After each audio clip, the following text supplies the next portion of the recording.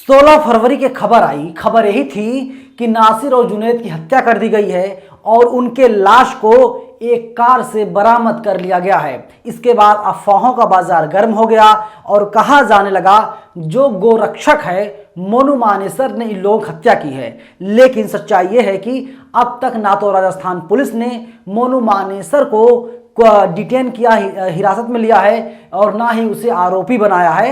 वहीं जो रिंकू सैनी हैं फिलहाल उनको जेल भेज दिया गया है। लेकिन अब खबर सामने आ रही है कि एक पत्रकार को इसी मामले में राजस्थान पुलिस के द्वारा गिरफ्तार कर लिया गया।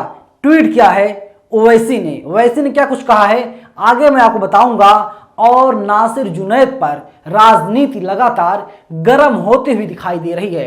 नमस्कार, मेरा नाम है नवीन कुमार नंदन और आप देख रहे हैं नेशनल दस्तक। सोचिए 16 फरवरी को खबर आई। खबर यही थी कि नासिर जुनैद की हत्या कर दी गई और इसके बाद से लेकर के अब तक लगातार इस पर रिपोर्टिंग हो रही है, लगातार इस पर बात हो रही है। और जो अपोजिशन पार्टी के लीडर्स हैं वे लोग लगातार कांग्रेस पार्टी को घेरने का काम कर रहे हैं, क्योंकि नासिर और जुनैद राजस्थान के भरतपुर जिले के रहने वाले थे। तमाम पत्रकार वहां पर गए, आपने देखा था कैसे एक यूट्यूब को पत्रकार वहां गया था और वहां पर खुद को संभाल नहीं पाया, रोने लगा था। लेकिन अब इसी बीच एक खबर आ रही है कि जो ओवैसी ने ट्वीट किया है, ओवैसी ने ट्वीट करते हुए लिखा है, खबर आई है कि जुनैद नासिर की हत्या पर मुसलसल रिपोर्टिंग करने वाले पत्रकार वसीम अकरम मेयो को गिरफ्तार कर लिया गया है। वसीम की बदकिस्मती है कि उसका नाम वसीम है। वो कैम्ब्रिज जाकर के सूट बूट पहनकर अभिव्यक्ति की आज़ादी पर ज्ञान नहीं दे सकते। अशोक गहलोत वसीम को नहीं मोनू को जेल भेजिए। लगातार वैसे कह रहे हैं कि वसीम को नहीं बल्कि मोनू को जेल भेजिए, मोनू मानेसर को जेल भेजिए।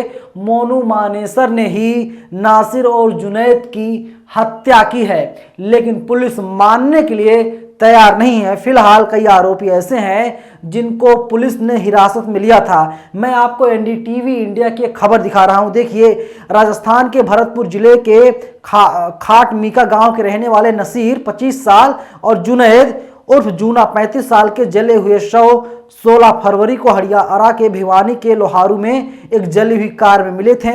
इस मामले में मृतकों के परिवार वालों ने आरोप लगाया था कि नासिर और जुनैद की हत्या गौरक्षकों द्वारा अगवा किए जाने के बाद की गई थी। अब इस मामले में नई जानकारी सामने आई है।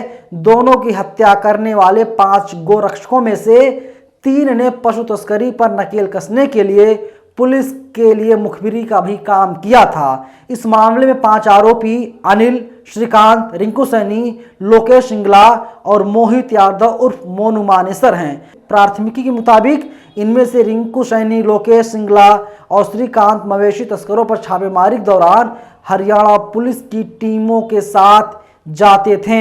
अब आप सोच लीजिए किस तरीके से महिंद्रा बोलेरो से इन लोगों की जुनैद और नासिर की जो है लाश मिली हुई थी और वैसी फ्रंट पर आकर के लगातार खेल रहे हैं। और ओवैसी का साफ कहना है, देखिए इस मामले में जो है कि मेन जो आरोपी है, मुख्य आरोपी है वो मोनू मानेसर है, लेकिन हरियाणा की पुलिस और राजस्थान की पुलिस लगातार मोनू मानेसर को बचाने का काम कर रही है। लेकिन वहीं अब भरतपुर पुलिस का बयान आ गया है।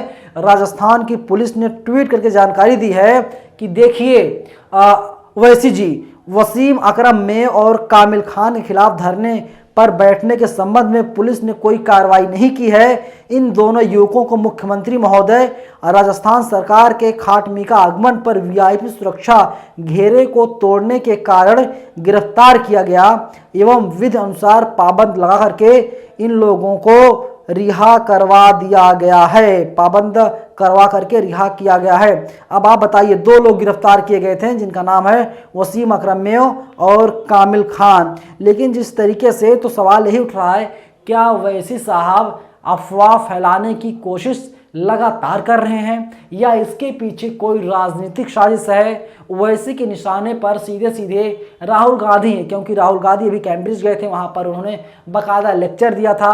तकरीबन 1.25 घंटे का पूरा राहुल गांधी का लेक्चर था और राहुल गांधी वहां पर भारत जोड़ो यात्रा की बात कर रहे थे।